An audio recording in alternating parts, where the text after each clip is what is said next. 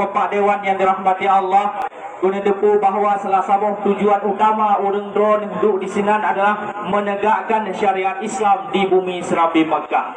Jika nyan hana mampu orang drone tegakkan, maka silahkan tinggalkan kantor dewannya. Bekle drone uku ni jalan drone sebagai kantor dewan karena berat tanggungjawab dengan Allah Subhanahu Wa Taala.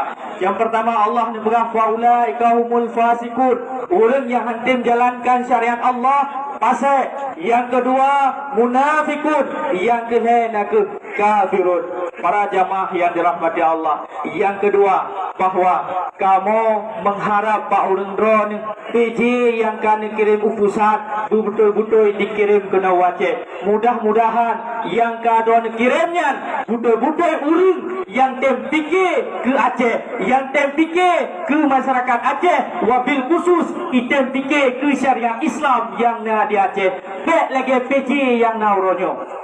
Yang selanjutnya, apabila PJ yang kadon kirim ke Aceh ke pusat, sedangkan pusat handi permen diabaikan, harus diingat sebagaimana yang kami sampaikan legure-gure kita nyobulokan bahwa urang drone membacut hana yumle buat pusat. Saban lagi ate terus kapai hana dinga di kapai. Dulu kemah menyogat sahabat jud. Mudah-mudahan dulu mengerti. Selanjutnya, jika PJ calon PJ yang doa dikirim ke pusat disahkan sebagai PJ Gubernur di Aceh, maka Lontuan selaku masyarakat Biren, selaku dai muda dari Biren akan menyuruhkan terutama kepada masyarakat Biren, wabil khusus kepada masyarakat yang ada di Aceh untuk tak dipilih urang drone yang kau pernah duka dewan, karena urang drone itu hana yu membacut, hana harga, hana mampu untuk mensejahterakan Aceh,